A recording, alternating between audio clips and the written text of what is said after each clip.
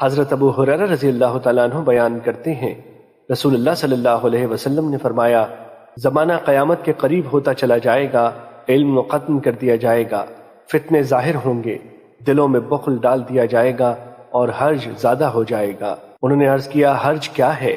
آپ صلی اللہ علیہ وسلم نے فرمایا، قتل۔ مشکوٰۃ المصابیح حدیث نمبر 5389۔ حضرت ابو ہریرہ رضی اللہ تعالیٰ عنہ بیان کرتے ہیں، رسول اللہ صلی اللہ علیہ وسلم نے فرمایا، اس ذات کی قسم جس کے ہاتھ میں میری جان ہے، دنیا ختم نہیں ہوگی حتیٰ کہ لوگوں پر ایک ایسا دن بھی آئے گا کہ قاتل کو معلوم نہیں ہوگا کہ اس نے کس وجہ سے قتل کیا، اور مقتول کو معلوم نہیں ہوگا کہ اسے کس وجہ سے قتل کیا گیا۔ عرض کیا گیا، یہ کس وجہ سے ہوگا؟ فرمایا، فتنے کی وجہ سے۔ قاتل و مقتول دونوں جہنمی ہیں۔ مشکوٰۃ المصابیح حدیث نمبر 5390۔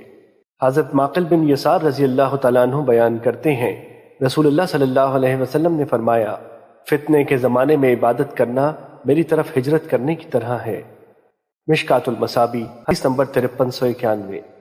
حضرت زبیر بن عدی بیان کرتے ہیں، ہم حضرت انس بن مالک رضی اللہ تعالیٰ عنہ کے پاس آئے تو ہم نے حجاج کی طرف سے ہم پر ہونے والے ظلم کے متعلق ان سے شکایت کی، تو انہوں نے فرمایا، صبر کرو، کیونکہ تم پر جو وقت بھی آ رہا ہے اس کے بعد آنے والا وقت اس سے بھی زیادہ برا ہوگا، حتیٰ کہ تم اپنے رب سے جا ملو۔ میں نے یہ بات تمہارے نبی صلی اللہ علیہ وسلم سے سنی ہے۔ مشکوٰۃ المصابیح حدیث نمبر 5392۔